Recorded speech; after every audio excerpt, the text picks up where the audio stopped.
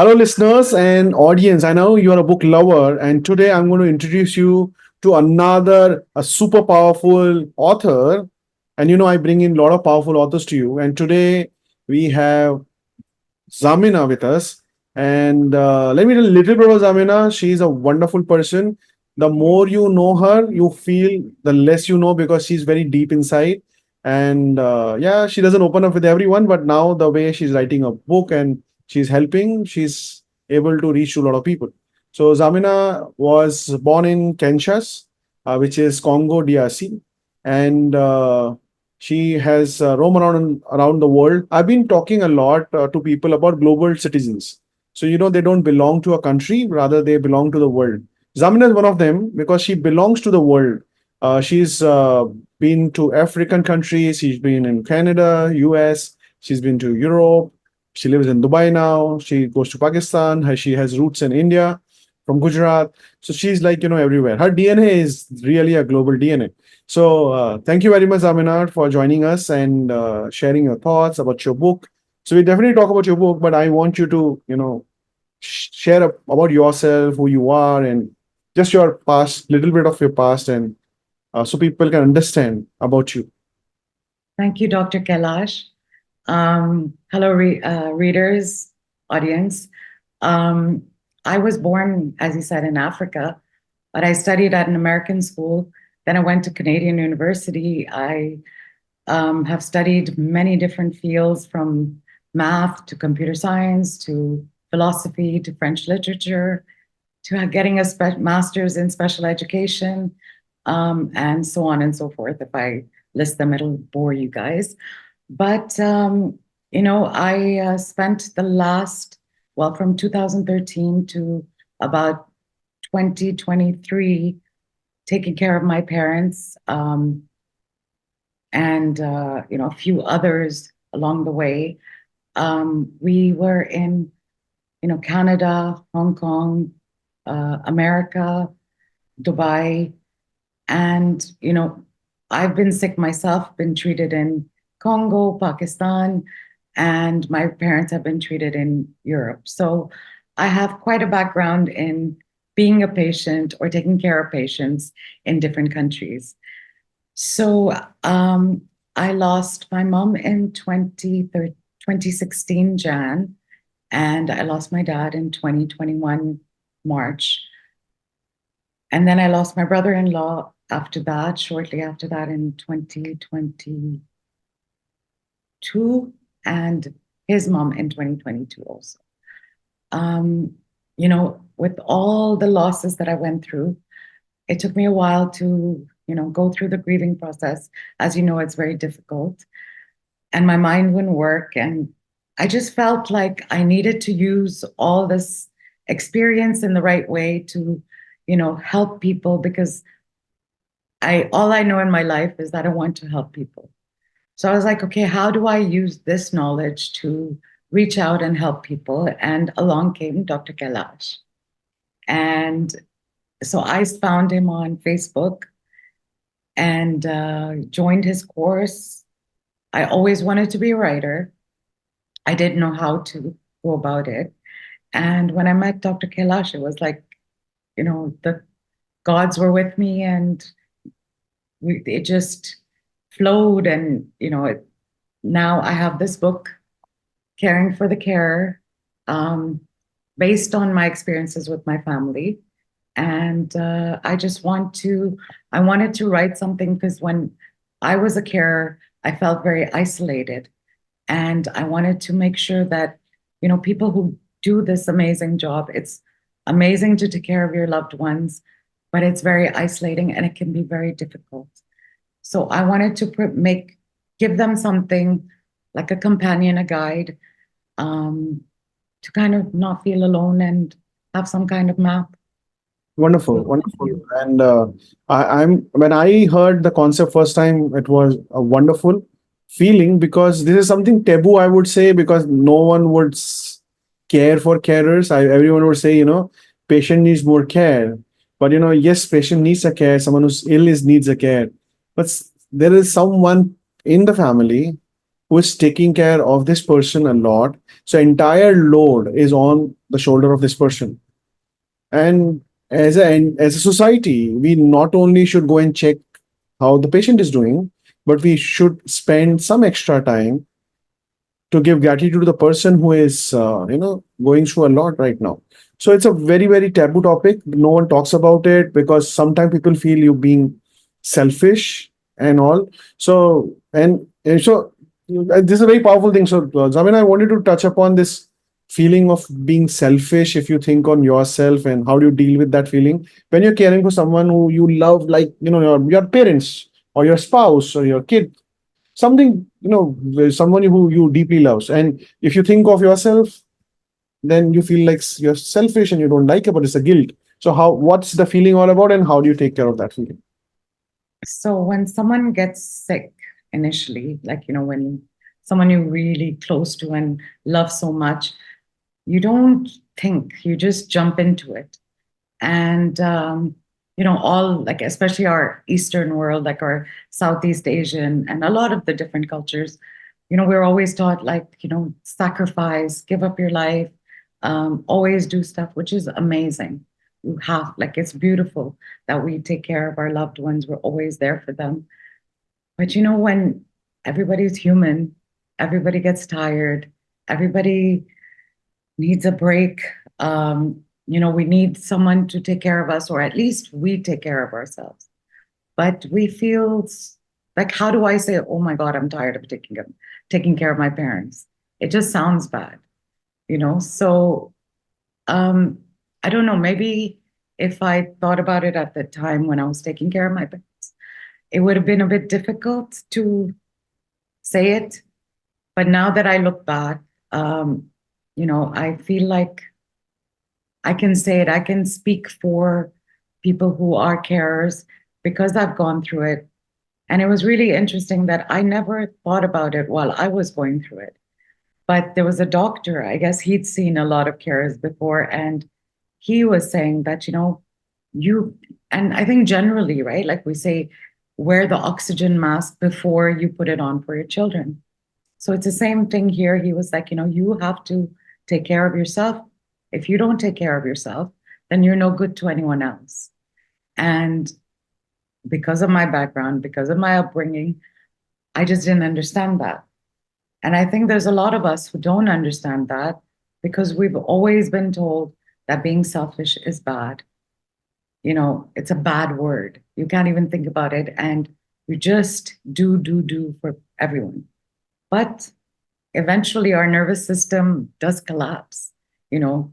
We all like are experiencing, even after COVID, anxiety and all this. So it's the same kind of thing. Or, where if we just keep pushing it down and don't address ourselves, either you'll burn out, you'll collapse, you get sick.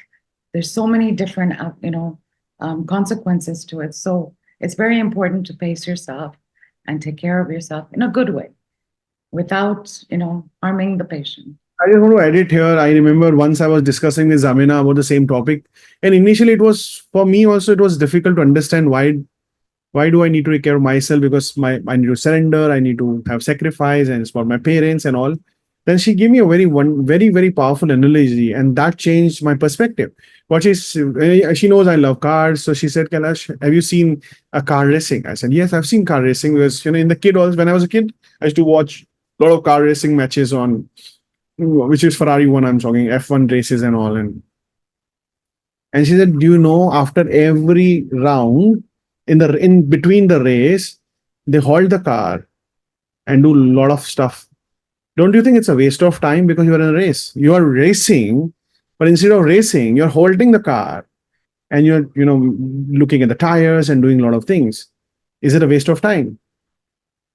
Then I realized it's not a waste of time. If that halt is not taken by that car, it could be fatal to a driver, because tires are being, they're losing the friction on the ground, and a lot of things happen. Car needs their maintenance, and every car who stops and do the maintenance, the chance of the winning is more. As the car which doesn't stop, chance of winning is low. So that was a very powerful analogy. That's what happens. So when you are serving your parent, a loved one deeply, you need a break.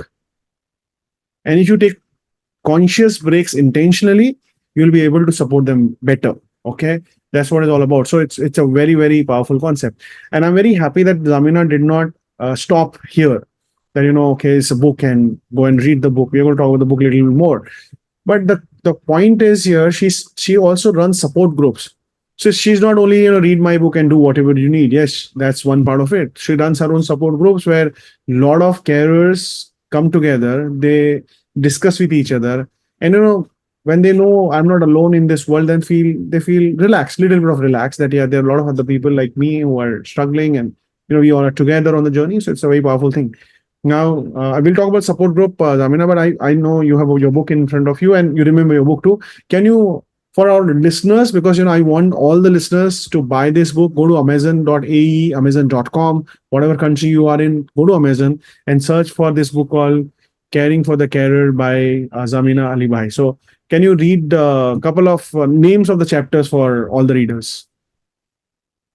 Sure. Probably. So they know Yeah. they inside what all they're going to learn in the book. So there's about 10 chapters. There's we start with like finding out when your loved one is sick and how we feel, and we have to work at our best even though our mind is racing and our heart is like hurting. And so working with that, medical obligations of a carer to the patient, and all the research and how to go about finding the right hospitals and all that. Then you're dealing with the patient, there's the illness, what they require. I'll give you the do's and don'ts, what I've learned, and maybe that can help you. Then there's also like, if there's a spouse, so like let's say there's parents and there's one parent getting sick, but the other parent, in my case, they were older, and when you're younger, you can take care of your husband and wife, and the children are young. But when you're older, you have to manage yourself, and then it's difficult to see your partner going through all this, and your mind doesn't work as much. Like it works, but it's difficult to deal with at that time. So how to care for the other parent, because they also need help, they need support, and they need a venting place, which was going to become you. Then you have siblings. If you have siblings, then everybody's going through their own emotional turmoil. You will have friction. You, as a main carer, will have to take the lead, and it's going to be difficult because you are taking care of them 24 hours, and everybody will come in special appearance and say their little bit and go away, or they'll have some better way to do things. And you also will think that yours is the best way. So, when you delegate to them, you cannot be a dictator. And, I learned the hard way. I was a dictator. So, there's a lot both ways that I kind of put in to help people not make the mistakes I did. Then there's medical insurance, which is very difficult to deal with.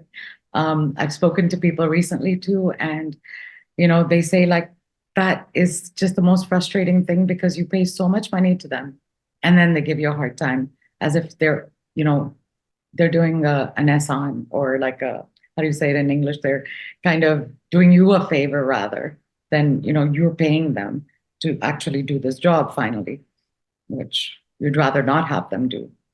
And then I come to where we come to the self-help for the carer, which is, as Dr. Kailash said, we need to keep taking care of ourselves, because, we're born, and then the only thing we know is that we're going to die, right? And just because the patient is ill, that doesn't mean they're the only ones. Life doesn't come with, a time limit for anybody. So, if we don't take care of ourselves, we could be sick, we could pass away, anything can happen. So the best thing is to take care of everybody and keep everybody at their top game, because we also don't know how long the patient is going to be sick. So this job is not it doesn't have a limit. It doesn't have an end time. You don't have an end time. People around us don't. So, we put the patient on a pedestal, and rightfully so. And they also think the world revolves around them. But the reality is that anybody could get sick, anybody can go. And that happened with my mom. During my mom's time, there were so many people that passed away. And we thought, oh my God, my mom only has so little time and everything. And then, I remember there's 3, 4 days where every day we're hearing like news about someone or the other passing away. So I'm not talking, I don't want to be morose and sad and everything, but, it's not just about like death, but, we could fall sick with the stress. And so we need to physically, mentally take care of ourselves so we can be at our top game with our parents. And then I go on to about talking about the spiritual dimension, which is very close to my heart. I have a lot of faith and I believe in all religions. I've studied all religions. When I took Philosophy 101, I kind of thought that I was forced to believe in God when I was growing up because my parents were very community heads and they were quite practicing religious. So I just didn't know if I was, and I didn't really trust myself that I believed in God truly for myself. So Philosophy 101 was great. It's all about proving whether God is there or not, or so at least I realized, okay, I have faith in God. I don't know about the religions. And then later, because I grew up in Kinshasa, as Dr. Kailash said, it's we just believed that, everybody was like our people, like community. We were taught never to talk about religion. We respected everybody's religion. We went to everybody's functions and we celebrated everybody's, things. So for me, the spirituality behind anything we do in life is very important. So for me, the spiritual part was, especially while taking care of my mom, I didn't know what to expect. I didn't have any guidance whatsoever. So I just used to literally connect with God every morning and just ask him to work with me, work through me. And, with like magic, I would go into a meeting and the doctors would know, okay, talk to her. She'll know what we're talking about. And just, I used to do things which, like, I've changed my mom's wounds and wound dressing and things that I never thought I would do or know how to do. And it's just, you get that power. So trusting, believing, also in, dealing with the aftermath, if God forbid you lose your parent. I mean, of course, if they survive, there's nothing like it. But if you lose the person that you're taking care of, then, spirituality, faith really works, I think, to help you and to bring you to where you need to be after, because it's a very difficult.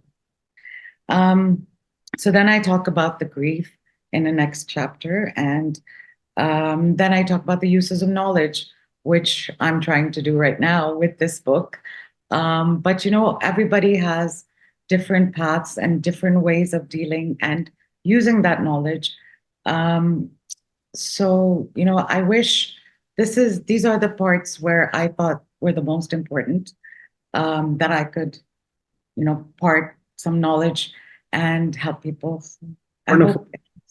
So lot of you who are listening may not be able to relate to it because you are not you have never gone through the situation. But let me tell you, this is the truth of 95% people. If not now, because we all have old parents, right?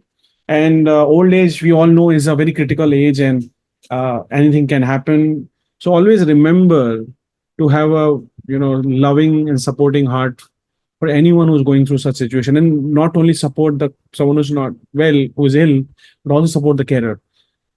So my humble request to you, this book should, at least 5 copies of this book should be in your house all the time. Because when you go and meet a patient, you what you bring to them, you go with a couple of apples or a couple of fruits and flowers.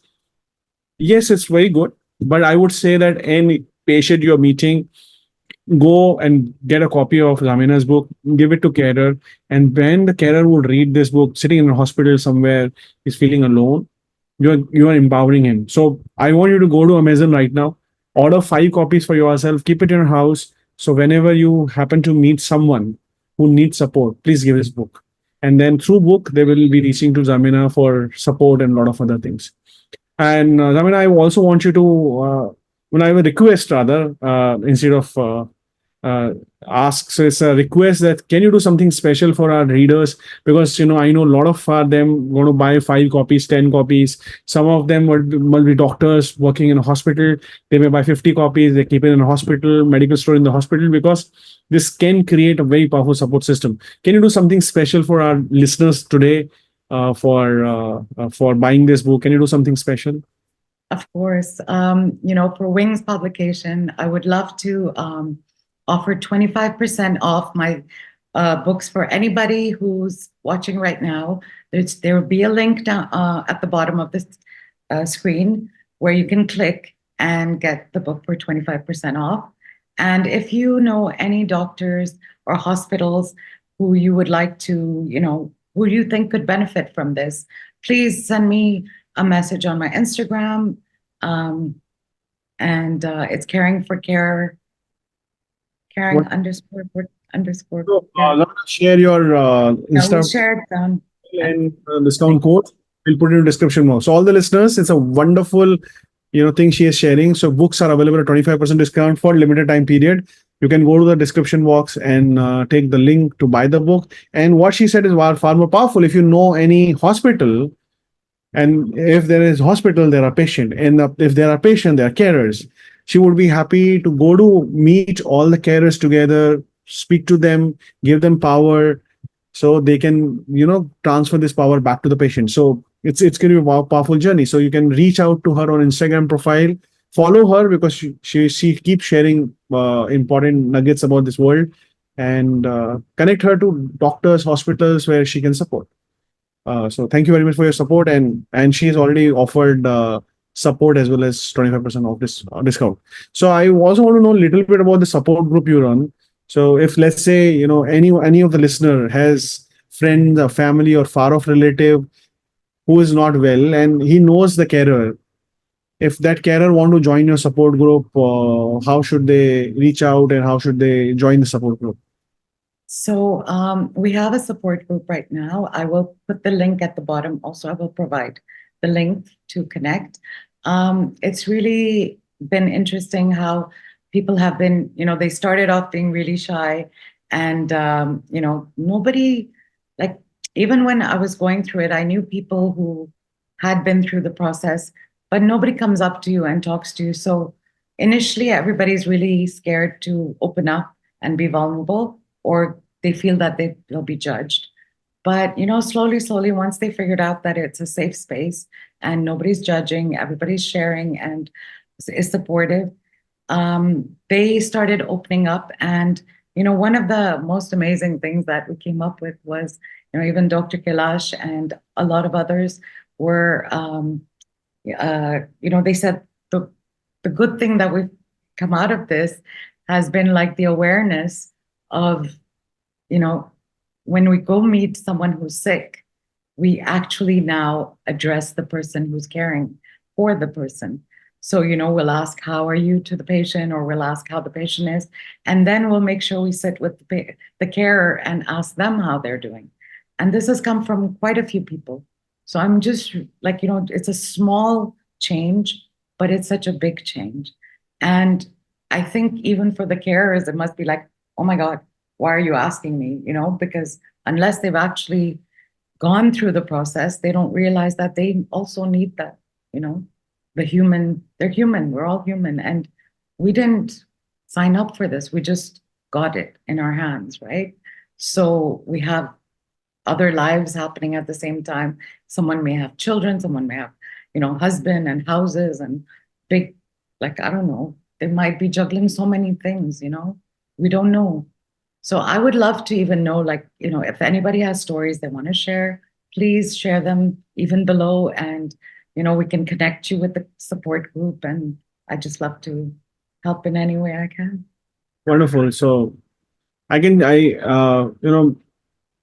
read Zamina's book first time as a reader, not as a publisher, my heart went little heavy because I did not share this with Zamina too. Uh, when I was in a college days, studying and focusing on my studies, and my father was doing a lot of care to my grandfather. My grandfather had six boys, but he loved my father, and his entire old age was with our house in our house with our father, and he got a pelvic bone fracture. He was on the bed for 4 5 years, and I have seen my father doing shaving, to giving him bath, cleaning potties. He had got soles, bed soles, also cleaning the wounds. I've seen so much of doing, and he never told me a lot because he knew that is my career. I'm focusing on my life, and I was studying. I was preparing for my MBAs and all those things. And suddenly, when I was reading the book, I had a lot of love for my father. Suddenly I looked him as a carer, and my perspective changed. So thank you, Zamina. It is touching deeply for a lot of people in different ways. And thank you for writing a book. I want to talk a little about the writing journey. I want to know how was your writing journey, and how we supported. How what do you want to speak about Wings publication as a overall process and a journey? Wings publication was the most amazing thing that happened because I started reading when I was like 4 or 5. I always knew that I love books. I mean, if you come to my house, I have books all over the place. And these books have collected over the years through all the countries that I've been through. And my library is extensive. I'm more dangerous in a bookstore than in a jewelry store. Um, so I took a novel writing course many years ago, didn't learn anything. I wasn't confident enough to write my story, and I wanted to write fiction based on truth. But when I, you know, I when my after all the grieving and everything, I took acting courses and filmmaking courses, and I was like, I don't know if this writing will happen, but I can write screenplays and write little document. I mean, make the little documentaries about different people's lives. And during that time, I was just, going through Facebook, and Wings publication popped up. I took the free seminar on Sunday, and Dr. Kailash's, amazing equation, mathematical equation about how to write, just grabbed me. I was hooked. So I took his 2-day boot camp, and wow, by the end of that, I was like, okay, I can write nonfiction. I can write about my life, something I know. I don't even need to like. And he was like, I don't want you to do research. The others can do research. I don't want you to do research. And I was like, I don't know if I can write so many words. And but he was like, you're already writing so much. So when I finished the outline and I had that roadmap, after that, it was just, I just wrote and wrote. But basically, I would have finished early, but I had a lot of visitors and a lot of speed bumps. But Dr. Kailash was constantly there, and I don't know how he does it because he makes everyone feel that he's there for them only. Okay. And it's like everybody thinks that, oh my God, he's, following me step by step, and he knows exactly what I need. And oh my God. But I don't know, he's superhuman because he can do that and make everybody feel like that. And with me, especially, he was constantly, when I was trying, like whenever I'd want to like give up or, make excuses or push, he'd make me feel like, okay, TK, it's fine. But he'd get me back on the horse right after. And at the end, when I finally got all the words done, and I was at the end, I didn't know how to finish it because once you write, you feel like you can never stop. There's always more that you want to say. So eventually he told me, okay, just come meet me. and we're going to sit together until you finish. And we're supposed to meet for like an hour and a half, but we sat there for 4 hours while he was doing his work. I just needed to be in his energy. And I was just sitting next to him and I just kept writing, kept writing. And then he just went, okay, finish the dedication. Okay, finish this. And, he just helped me through the whole thing. And I I was amazed that day. I was sold out. This man is something special. So, that's how I finished it. And, I probably would have done it in a month or two, but because of all the obstacles, it took me 5 months. But I'm very happy because we did the book launch on his birthday. And I'm so, so happy for, thank you, Dr. Kailash. Thank you, Wings Publication. I'm sorry I've annoyed all of you guys so much. I have been, you know, needed help with everything along the way, and they've just helped me every single step of the way. So thank you so much, and sorry and forgive me for being annoying. Thank you very much for a wonderful share. I want to also ask you about people who you want to give gratitude to. It's not only about the book. I want to, in general, a lot of people who've been supporting in your life, and would like to say a few names, few people, few energies who've been supporting you on your journey called life. So more than anything, God, because once I lost my parents, I realized that, I used to like just lip say gratitude. I didn't really know what gratitude was until I lost them, because my dad was like my semi-god, and I'd pray to God, but I knew that my dad would get things done. But now was the time when I actually had that direct relationship with him, and it was just like, I know you're the only one who's taking care of me, and I can only ask you for help and nobody else. So thank God that he's been with me and brought me here, and I couldn't have done it without him. I'd like to thank my parents, who, without them, I wouldn't have been a carer, and this book would never have happened. So God bless them and their souls wherever they are. Thank you, Dr. Kailash, for believing in me and for, you know, helping me through this journey and getting me through the end.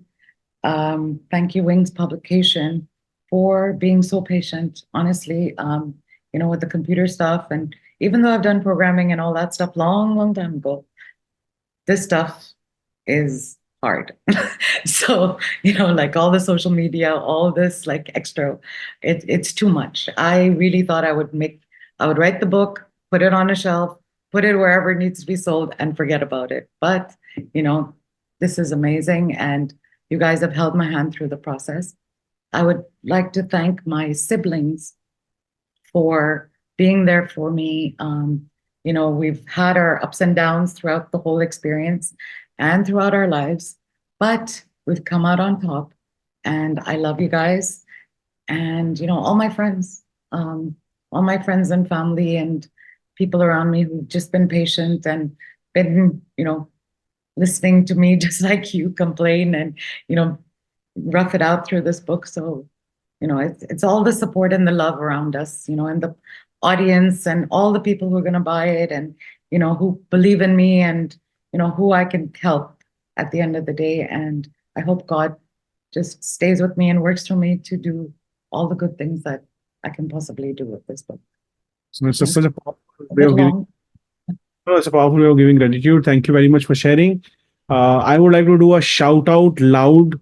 This is one of the life changing books you would read or gift, rather, more than reading, gifting to someone who is caring for someone. Please go ahead, buy this book.